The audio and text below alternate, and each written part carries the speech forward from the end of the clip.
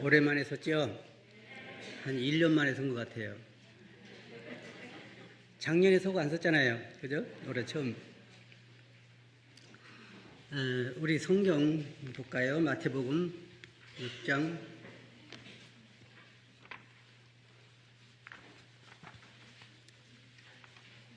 마태복음 6장.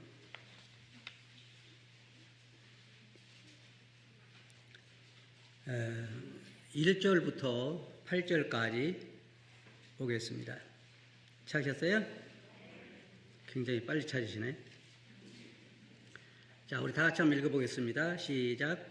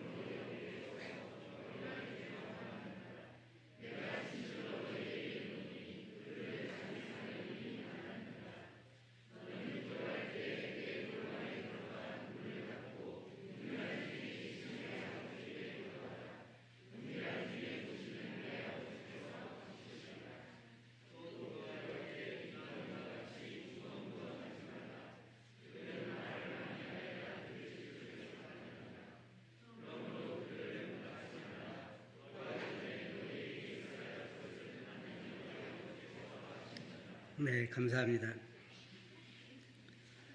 여러분들이 늘 기도하고 참 염려한 것처럼 우리 병건 형제가 지금 병원에서 고생하고 있죠. 그리고 또 여러분 기도 제목 보시면 문우존이라고 하는 형제가 우리 교회에 나오는데 지금 강남 세브란스 병원에 입원해 있습니다. 위암 4기 말기로 아마 다음 주 세물 호스피스 병원으로 옮길 예정입니다.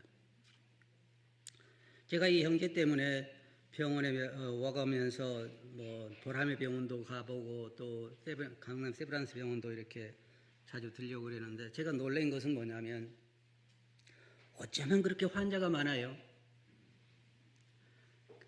보라매 병원에서 제가 그 서류가 필요해서 접수하고 옆에서 기다리고 있는데 어떤 중년 아주머니가 와서 그 진료를 예약하더라고요. 예약하는데 그 선생님 만날 그 예약을 하려고 합니다. 그랬더니 7월 달에나 가능해요. 그러더라고요. 7월 달에는. 강남 세브란스 병원의 의사가 550명이랍니다. 그런데 그 환자들이 그냥 아주 바글바글해. 차를 주차하려면 한 30분 가까이 줄을 서야 주차했을 정도로 참 환자들이 많습니다.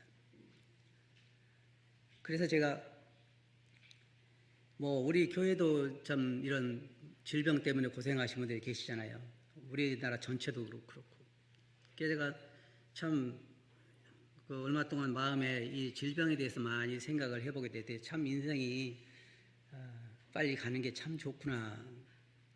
이제 막 결혼한 우리 형제는 너무 즐거워서 참 행복합니다. 그랬는데 아직 부부싸움을 안 한 것 같아요. 그런데 인생 자체가 저도 이제 거기서 좀 간호를 하면서 생각해 보니까 인생 자체가 너무 불행한 거예요. 결국은 모두가 다 사형 선고를 받고 죽어갈 날만 기다리고 있는 환자처럼 보이고 그런데 이 사람만 그럴까 생각해 보니까 그렇지 않아요. 이제 오늘 제가 신앙생활과 질병이라고 하는 이 주제로 말씀을 드리는데 영적인 어떤 질병 그걸 생각해 본 거예요. 제가 은퇴하고 나서 시간이 좀 나서 저희 집에 과일나무를 몇 개 심었어요. 그래서 이것도 즐거움이 있어요, 여러분. 그 나무 하나에다가 저도 이 매실나무에다가 복숭아도 덧붙이고 살구나무 덧붙이고 그다음에 그 자두나무 접붙이고 여러 나무 접붙이는데 이게 열매를 맺으니까 참 보기 좋더라고요. 생각이 남 하나에. 여러분도 우리가 참 감람나무에 접붙임을 받은 자들이잖아요. 우리 신앙인들도. 그래가지고 복숭아나무도 심고 사과나무도 심고 몇 개 심었는데 얼마나 이게 그게 뭐 과일을 먹으려면 사 먹고 말죠. 그런데 그걸 하면 이제 기대를 잔뜩 하고 있는데 복숭아도 막 먹을 때쯤 되면 벌레가 먹어가지고 툭 떨어지고 사과도 그거 너무 보기 좋게 그러는데 무슨 병이라나 그 병 걸려가지고 그냥 썩어도 떨어지고 그 우리가 시중에 사는 그런 아름다운 모양의 사과가 아니라 그냥 시커멓게 돼가지고 또 이렇게 떨어지고 이 실망이 보통이 아니에요. 야, 이게 그래서요 농약통을 들고 살지 않으면 과일 하나도 제대로 먹을 수가 없어요. 질병이라는 게. 저희가 은퇴하고 나서 생전 처음으로 고추 농사를 조금 지었어요. 우리가 고추를 좀 지어 먹었다 그래가지고 딱 한 번 하고는 다시는 안 하려고. 너무 그 농약하는 거 뭐 하는 게 이게요 너무 힘들어요. 그럼 우리 영혼들은 어떨까요? 우리 영혼들은 질병이 없을까요? 우리 영혼들도 제가 목회를 35년 동안 하면서 수없이 경험하고 또 제 자신이 경험하는 건 뭐냐면 질병이 너무 많아요. 영적인 세계에도 질병이 너무 많아요.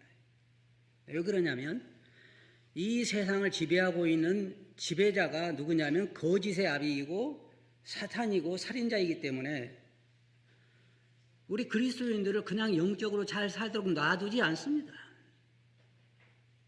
제가 쭉 생각을 해봤어요. 신앙생활에서 가장 큰 질병이 뭘까? 첫째는요, 여러분 잘 들어보세요. 신앙생활에서 가장 큰 질병이 뭐냐면 외식이라는 것입니다. 외식.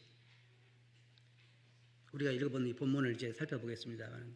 외식이라 그러니까 어떤 사람은 나는 절대로 밖에 나가서 식사하지 않는다 그런 사람이 있는데 그런 외식이 아니고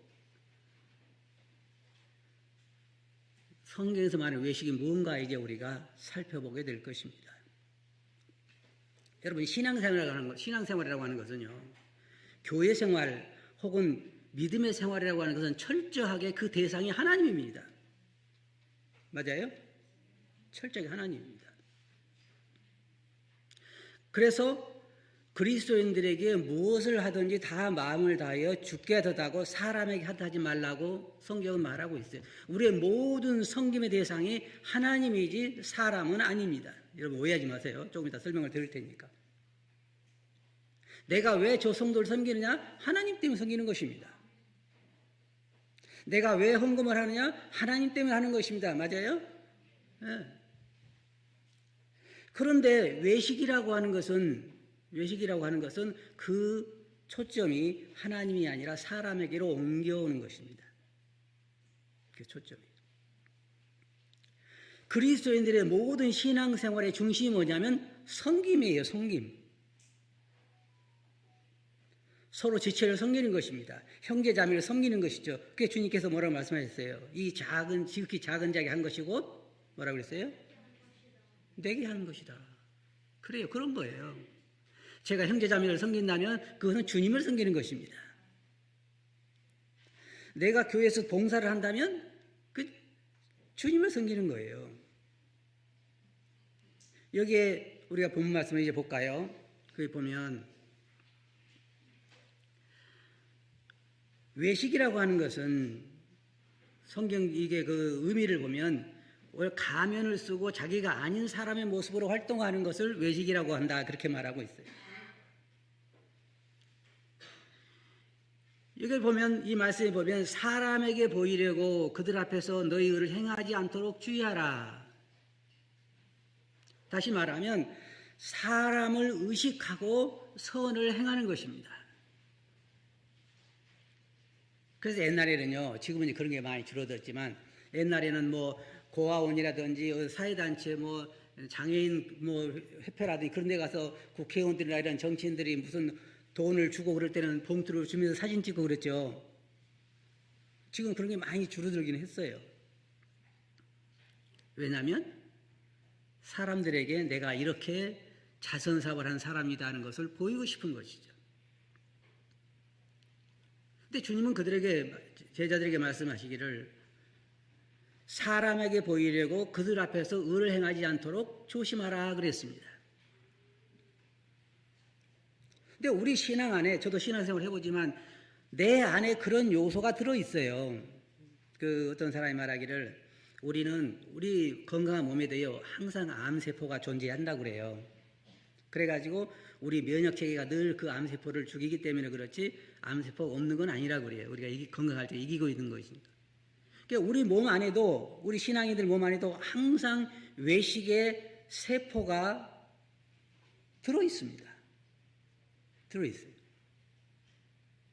자, 여러분이 예를 들어서 한번 생각해 보세요. 여러분들이 의를 행하고 싶은데 이왕이면 사람들이 봤으면 좋겠습니까? 안 봤으면 좋겠습니까? 나는 전혀 안 봤으면 좋겠다고 하는 사람.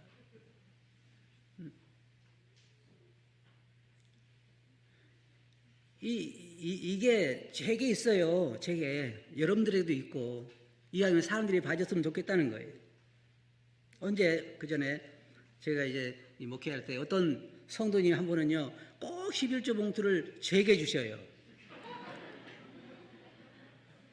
그래서 제가 그랬죠. 아이고 저기 성도님 저기 저 뒤에 헌금통 있잖아요. 우리 교회는 그냥 이게 참 힘들어요. 딴 데가 막 이렇게 그래프를 그려놔야 되는데 그래서 어떤 성도님 얼마 했고 해야 되는데 우리는 전혀 그런 게 없으니까 좀 답답한 거예요. 그렇잖아요.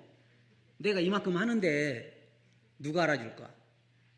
그래서 저게 봉투를 줘서 제가 몇 번 그랬대요. 저기 있잖아요. 저기다 넣으세요. 그래서 그래도 드리는 게 낫지요. 그래서 저한테 줘요. 근데 그런 마음이요. 그분에게만 있는 게 아니에요.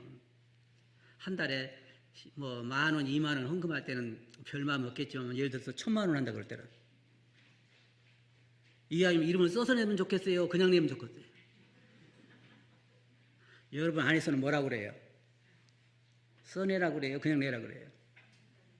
제 안에서는요, 이걸 누가 넣는 것 좀 봤으면 안 될까? 그런 생각이, 이게 모두가 다 그런 걸 가지고 있어요. 이게 신앙생활의 싸움 중에 하나이죠. 그러니까 주님께서 이게 왜 이런 줄 아세요?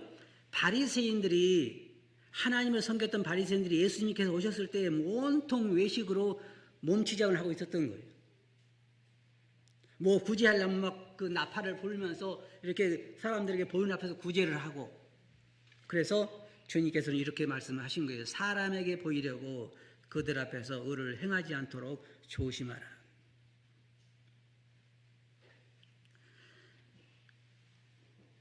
그 다음에 뭐라고 말씀하셨어요? 그리하지 아니하면 하늘에 계신 너희 아버지께 상을 받지 못하느니라. 그러므로 구제할 때 외식하는 자가 사람에게 영광을 받으려고 회당과 거리에 사는 것 같이 너희 앞에 나팔을 불지 말라. 진실로 너희에게 이르노니 그들은 자기 상을 이미 받았느니라.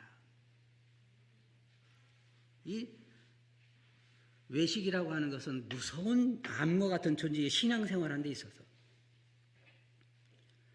그래서 여러분 보세요.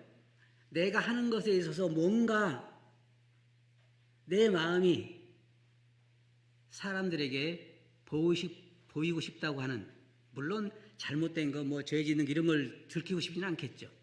그런데 의를 행할 때는 뭔가 들키고 싶은 것입니다. 아이고 그렇게 어떻게 아셨어요? 이렇게 보고 싶은 거예요. 그래서 여기 주님께 그들에게 말씀하시기를 너희는 이미 자기 상을 받았느니라.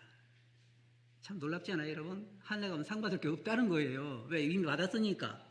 내가 뭘 기대하고 했어요? 사람들의 칭찬을 기대하고 했으니까 사람들이 칭찬했으면 상을 받은 거잖아요.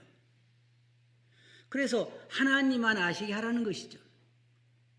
근데 교회는요, 아까 서두에 말씀드린 것처럼 모든 사람들이 다 봉사를 해야 돼요. 봉사를. 여러분 잘 들어보세요. 우리 교회에서 여러분이 뭔가 이 몸된 교회의 성도들을 위해서 봉사하고 있지 않으면, 섬기고 있지 않으면 여러분은 실업자예요. 맞아요? 맞나요? 자, 그럼 이렇게 갑시다. 여러분 몸의 지체 중에서 작동하지 않는 지체가 있다면 뭐예요?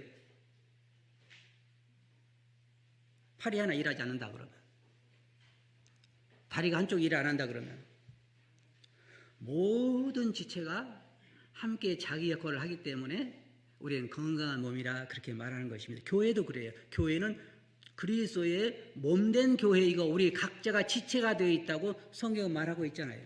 지체. 근데 여러분 생각해 보세요. 제가 지금 나이가 70이 넘었는데 지금까지 한 번도 제 손이 불평하는 걸 들어본 적이 없어요. 여러분 들어본 적 있어요?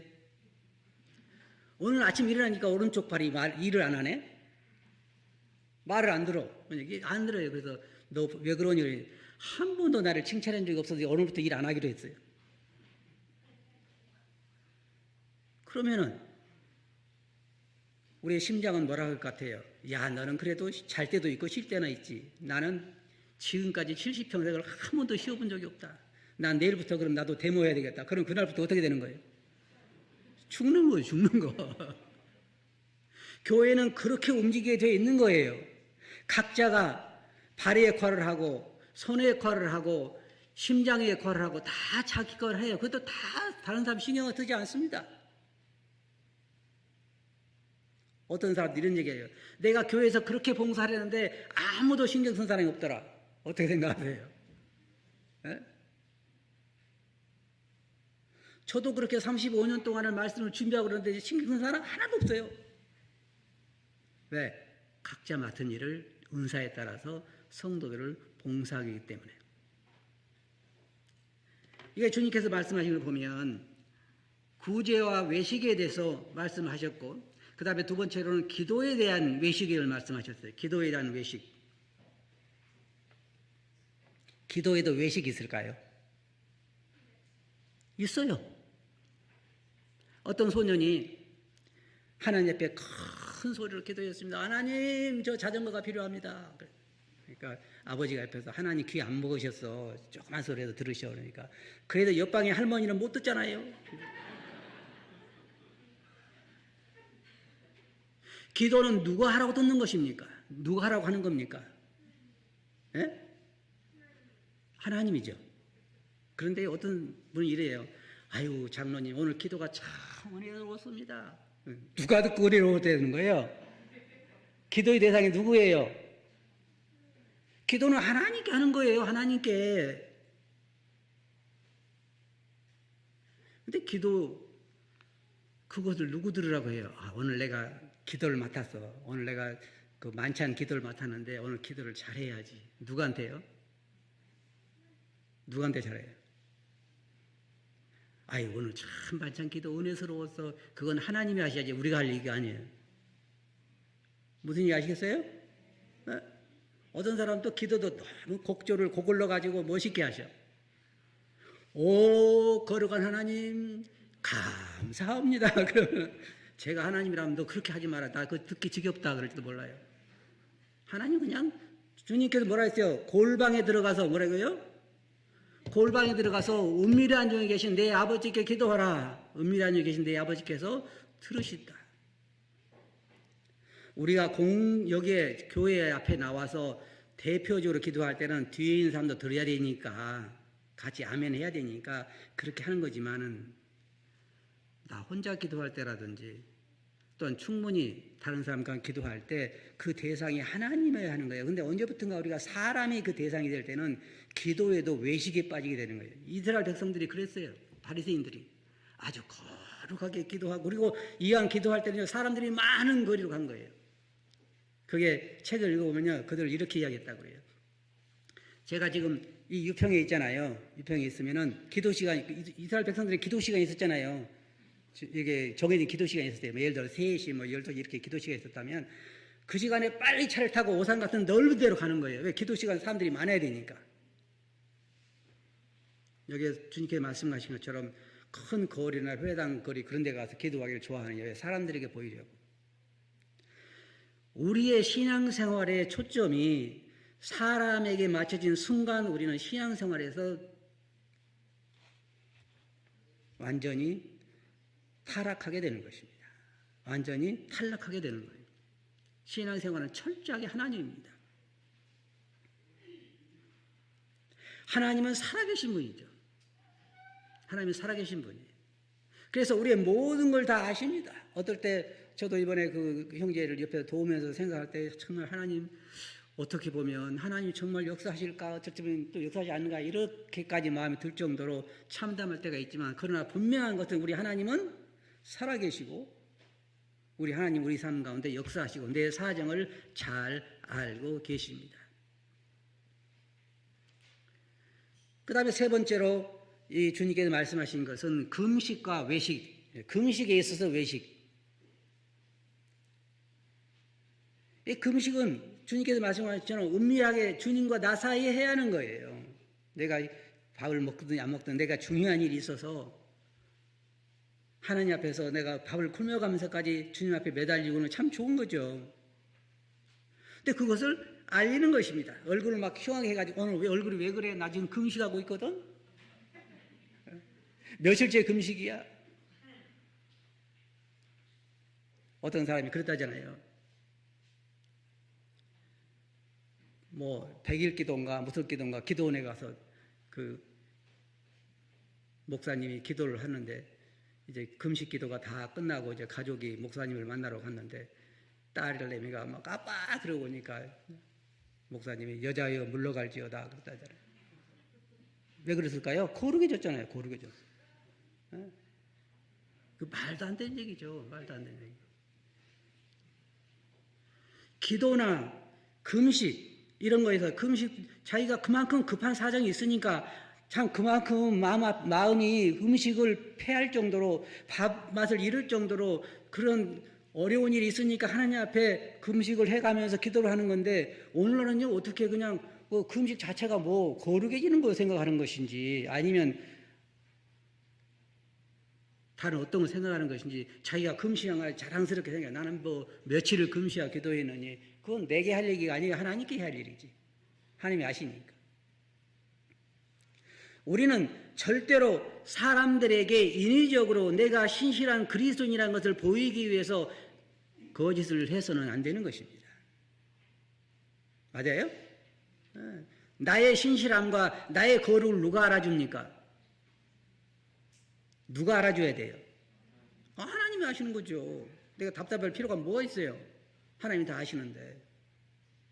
근데 제가 35년 동안 목회를 하면서 수없이 봐오지만 많은 사람들이 이 질병에 걸려서 중간에 나태돼요. 도태돼요. 쉽게 말하면. 제가 오죽에서는 그런 얘기 했잖아요. 처음에 구원받고 나서는 한 5년 동안 잘 자라는데 그 다음부터는 성장이 없더라. 많은 사람들이. 왜 그런 줄 아세요? 이런 질병에 걸리기 때문에 그래요. 언제부턴가 사람을 의식하게 되고.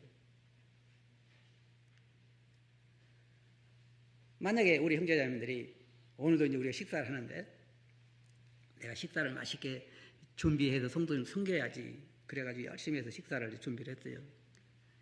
그렇게 맛있게 먹고 간 사람들이 아무도 잘 먹었다는 얘기나 맛있다는 얘기를 안 하네? 그럼 어때요? 기분 좋아요? 아니죠. 그러면 잘 들어보세요.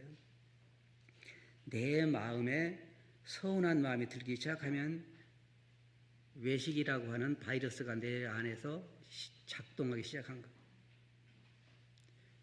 그럼 누가 해야 돼요? 야, 오늘 내가 참 준비 잘했다고 누가 얘기해야 돼요? 하나님께서 하셔요. 하나님께 다 하십니다. 그런데 더 서운한 건 뭐냐면 만일 사람들이 우리를 칭찬하면 이미 상이 없다는 거예요. 상이 없다는 거예요. 실컷 고생하고 나서 상은 없어요. 왜? 이미 사람들에게 칭찬을 받기 위해서 그렇게 했고 사람들이 칭찬하는 것을 상을 받았으니까 상이 끝났다는 게 누구 얘기예요? 주님 얘기, 주님 얘기. 저희는 자기 상을 이미 받았느니라. 받았다고 그랬잖아요. 자기 상이 받았다고. 내가 무언가 하고 그것에 대한 사람들의 반응이 없을 때 내 마음에 서운한 마음이 든다고 하면 조심하셔야 돼요. 조심하셔야 돼요. 왜? 내 안에서 이미 외식의 바이러스가 작동을 시작했다는 걸 여러분 아셔야 돼요. 절대 여러분 이게요 쉬운 일이 아니에요. 여러분 평생을 싸워야 할 일이에요. 평생을. 저라고 없을까요? 저도 똑같아요. 제가 이 밖에 나가서 이게 길을 갈 때 만약에 막 쓰레기가 있다고 합시다. 그럼 쓰레기를 주울 때 다른 사람이 봤으면 좋을까요? 안 봤으면 좋을까요?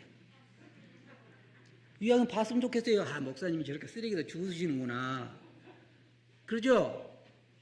나는 안 그렇다는 사람. 한 사람도 없네. 그게 저한테도 있고 여러분에게 있어요. 언제 이게 끝날까요? 네? 제발 좀 이야기 좀 해보세요. 언제 끝날까요? 네. 관 속에 들어가면 끝나요. 관 속에 들어가면. 맞아요? 그러니까 항상 조심해야 되는 거예요. 이게 계속 내 안에 있어요.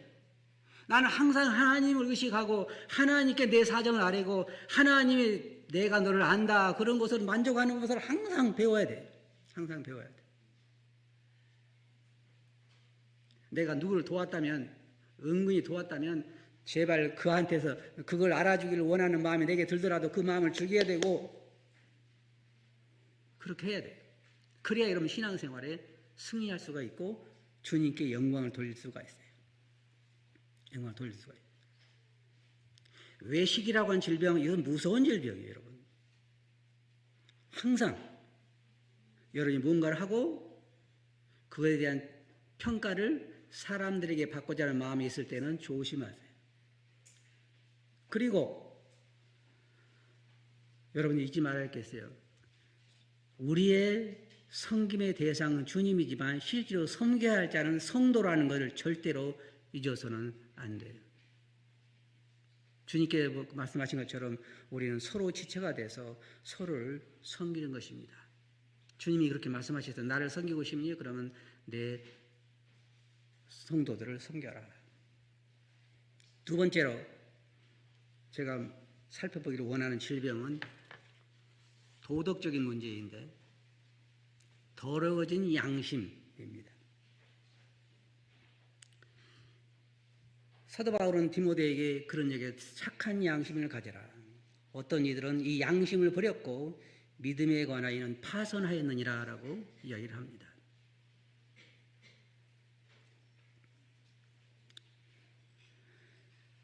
근데 이 양심에 대한 문제도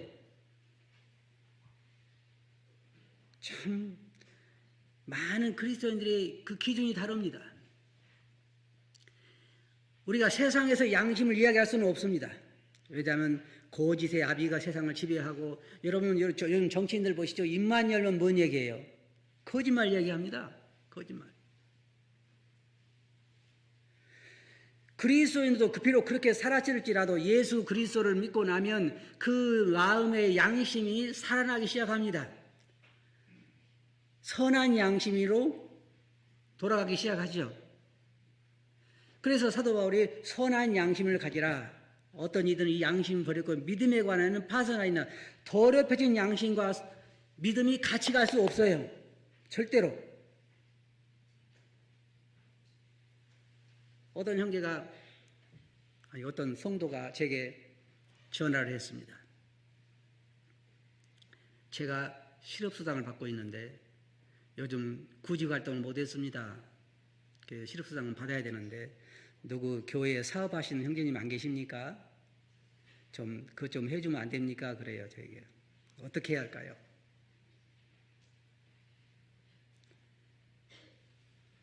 제가 물어봤습니다. 너는 믿는 사람이냐, 믿는 사람이냐? 제가 한 가지 예를 든 거예요, 여러분.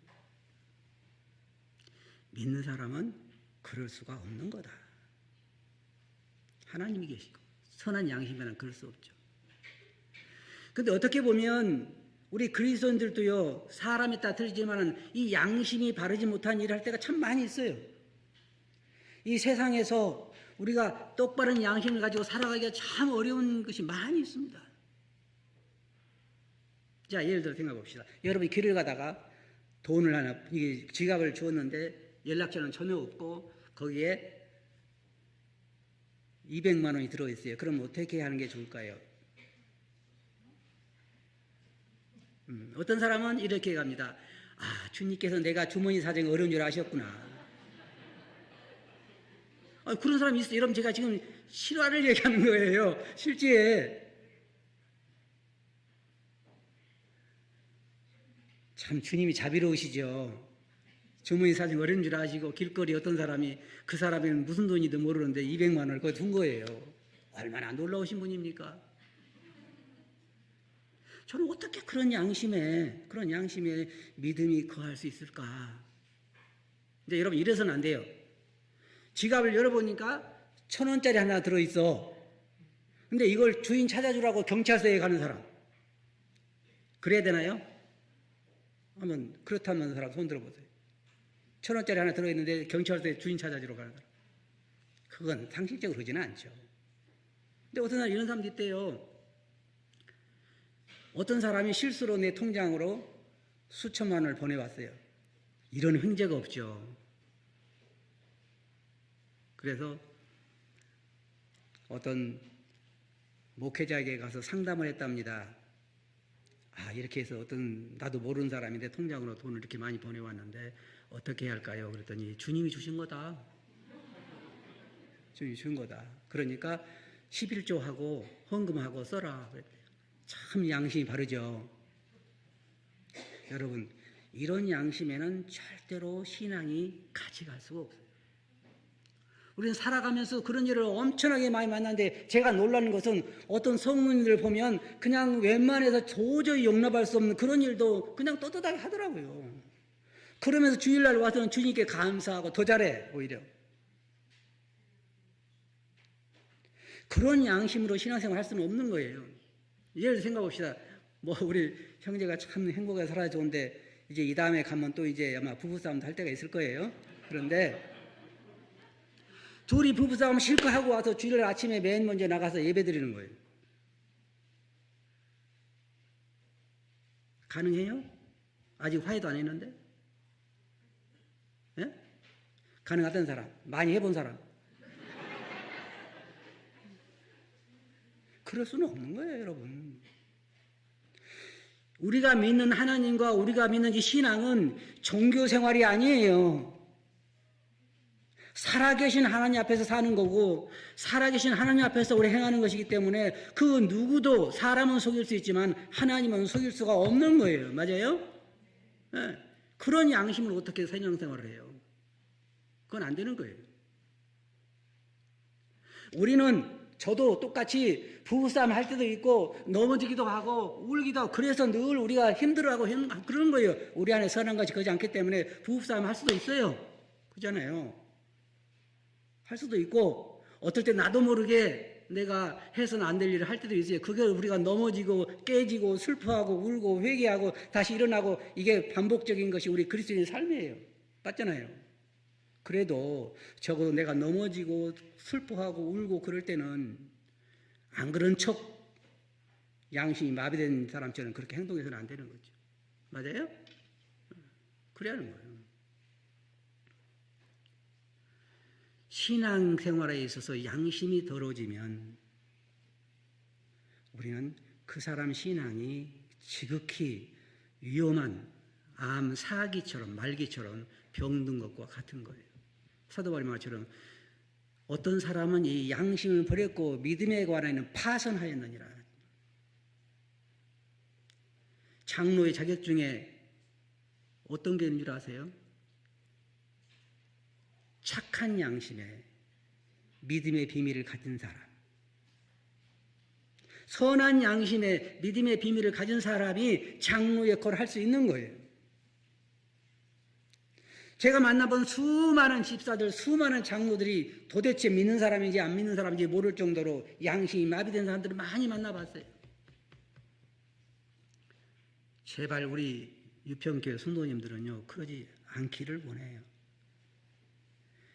우리의 양심은 오직 하나님 말씀으로만 그 날을 세울 수가 있어요. 제가 알고 있는 선교사님 한 분이 지금 돌아가시는데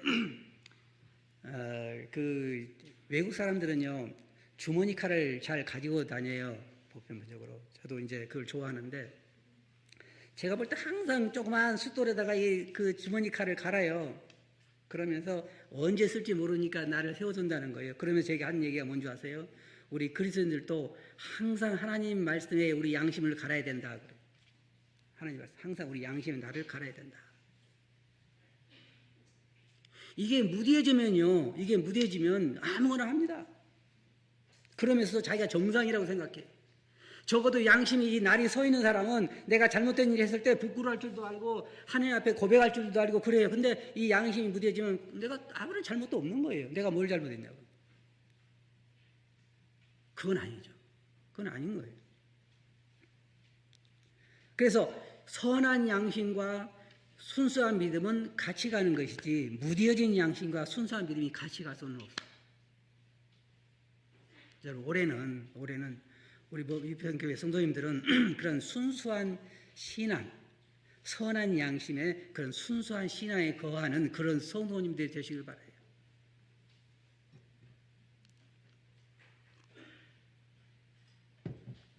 베드로가 하루는 이방인들하고 음식을 먹고 있었습니다. 근데 야고보에게서 온 사람들이 온 거예요. 그러니까 베드로가 얼른 도망을 갔어요. 성경에 기록되어 있죠. 그러니까 사도 바울이 정면에 꾸짖었어요. 네가 유대인처럼 살지도 않으면서 어떻게 그렇게 외식할 수가 있느냐. 이 베드로 같은 사람도 외식할 수 있는 것입니다. 왜냐하면 자기는 유대인으로서 이방인을 만나서는 안 된다. 그렇게 사람들에게 한쪽에는 이야기해 놓고 자기는 은밀하게 이방인들하고 앉아서 무식을 먹고 그랬는데 그걸 그냥 들켜버린 거예요. 그 외식이. 아나니와 삽비라는 어떻습니까? 성도들에게는 어떻게 이야기를 했죠? 나의 땅을 팔았습니다. 주님께 드리기 위해서 팔았습니다. 그리고 한쪽을 은밀하게 감췄습니다. 이건 여러분 잘 들어보세요. 하나님을 의식하면 도저히 할 수 없는 일입니다. 왜? 하나님은 사도 베드로가 뭐라 그랬어요? 내가 어떻다고요? 성령을 속였다. 성령을. 다시 말해서 하나님을 속였다는 거죠. 그래서 결과가 어떻게 됐죠? 그 자리에 죽임을 당했습니다. 누구든지 다 외식에 빠질 수 있습니다. 누구든지 다. 저도 그렇고 여러분도 그렇고. 내가 이렇게 목회도 몇십 년 하고 이 정도 했으니까 나는 안전해. 절대로 그렇지 않습니다, 여러분. 항상 외줄타기 마냥 항상 위험한 경계하지 않으면 쉽게 빠질 수 있는 것이 그런 길이에요. 그런 위대한 자들도 그런 외식에 빠졌어요. 우리도 조심해야 되는 거예요. 사도 바울은 그런 일이 없었을까요? 사도 바울도 많은 유혹을 받았을 거예요. 모든 그리스도인들이 다. 양심에 관한 문제는 우리가 매일 접하고 있습니다.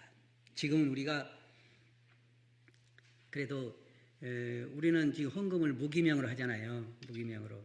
그래서 이제 조금 많이 내신 분들은 조금 서운하겠지만 옛날에 우리가 그냥 그런 거 없을 때 다 무기명으로 했을 때 이제 연말에 이제 그 기부 그거 증서를 써달라 그러잖아요. 지금은 그렇게 안 해요, 여러분. 지금은 이제 그걸 받기를 원하는 사람은 자기 이름을 써서 헌금을 하기 때문에 그대로 써주면 되는 건데 옛날에는 얼마를 하는지 알 수가 없었어요. 그 사람이. 그러니까 내가 얼마 했다 그러면 그대로 써줘야 되는 거예요. 쉽게 말하면. 그러니까 100만 원 하고 200만 원 했다는 사람이 있을 수도 있어요. 여러분. 그러면 어때요? 그 양심이. 그 정도는 괜찮겠죠. 그래서는 안 되죠. 하나님을 믿는 사람들이 그렇게 해서는 안 되는 거죠. 근데 여러분, 이 지금 세상은 온통 그런 세상이 할 수만 있으면 세금도 떼먹고 속이고 사기치고 해서는 안 될, 그리스도인에서 해서는 안 될 일을 지금 많은 그리스도인의 사람들이 하고 있어요. 우리 유평교회 성도님들은 절대로 그래서는 안 되죠. 그럴 수는 없는 거죠. 맞아요? 네? 제가 결론적으로 말씀드려서 두 가지를 말씀드렸어요. 하나는 뭐라고요? 외식. 밖에 나가서 마음대로 식사 드셔도 괜찮아요. 그건 그 얘기가 아니니까. 그런데 정말 사람에게 보이려고 의를 행하지 않도록 조심하기 바랍니다. 내가 만일 어떤 일을 했는데 성도님들이 전혀 관심이 없다.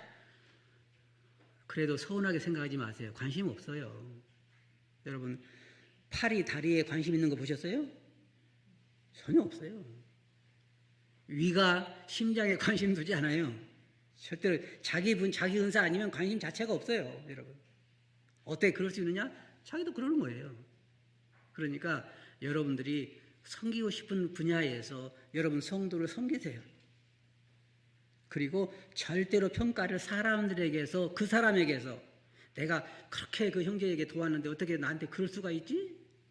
그럴 바에는 돕지 마세요. 그렇게 하려면 그거 안 하는 게 더 좋아요. 왜 나에게?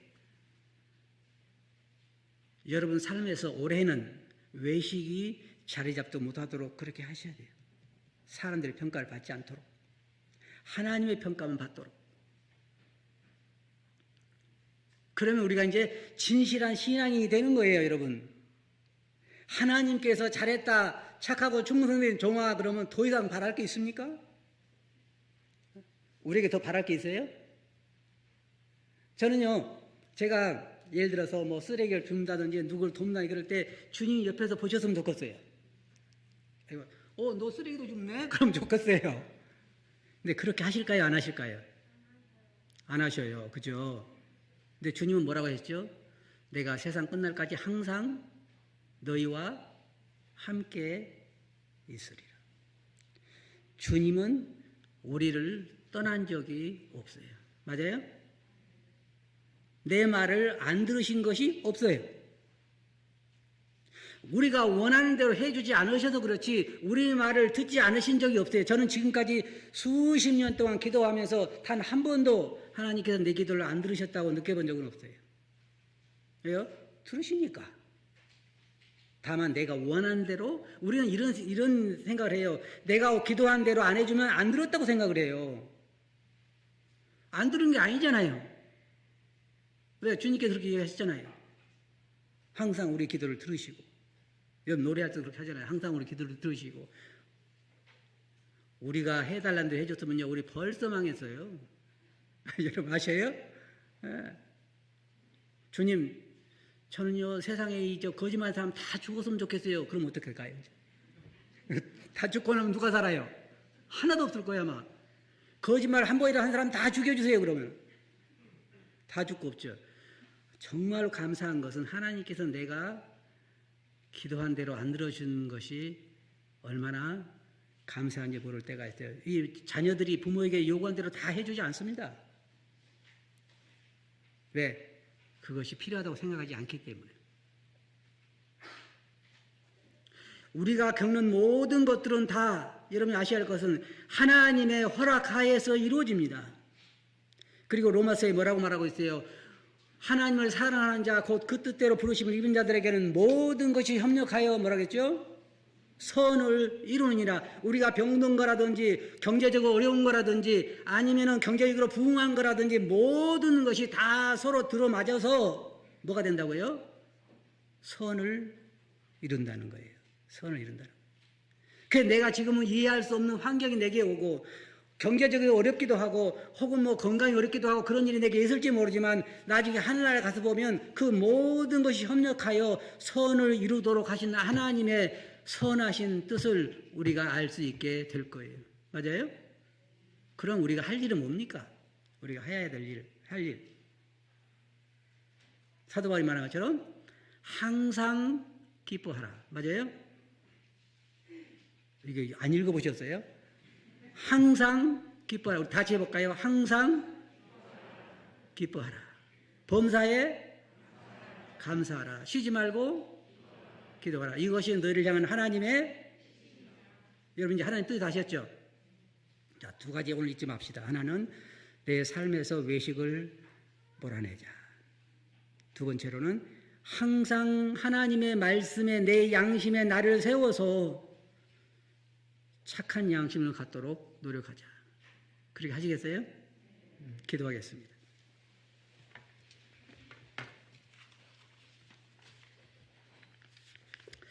거룩하신 아버지 하나님, 참 저희가 얼마나 연약한 자들인가요? 입술로는 하나님을 의지하고 입술로는 하나님을 위해서 일한다고 하면서도 저희들 스스로가, 제 스스로가 사람들이 인식하는 걸 더 좋아하고 사람들 앞에 드러내기를 좋아한 저희들인 것을 고백합니다. 저희 양심도 어떨 때 참 너무 무디어서 제대로 저들에게 소리를 발하지 못할 때가 있고 양심을 저버릴 수도 있는 것을 고백합니다. 주님, 올해 저희들이 외식자가 아닌 하나님을 의지하고 일하는 자들이 되게 해주시고 선한 양심을 가지고 주 앞에 빛과 소금으로 살아가는 저희들이 되게 은혜를 베풀어 주시기 원합니다.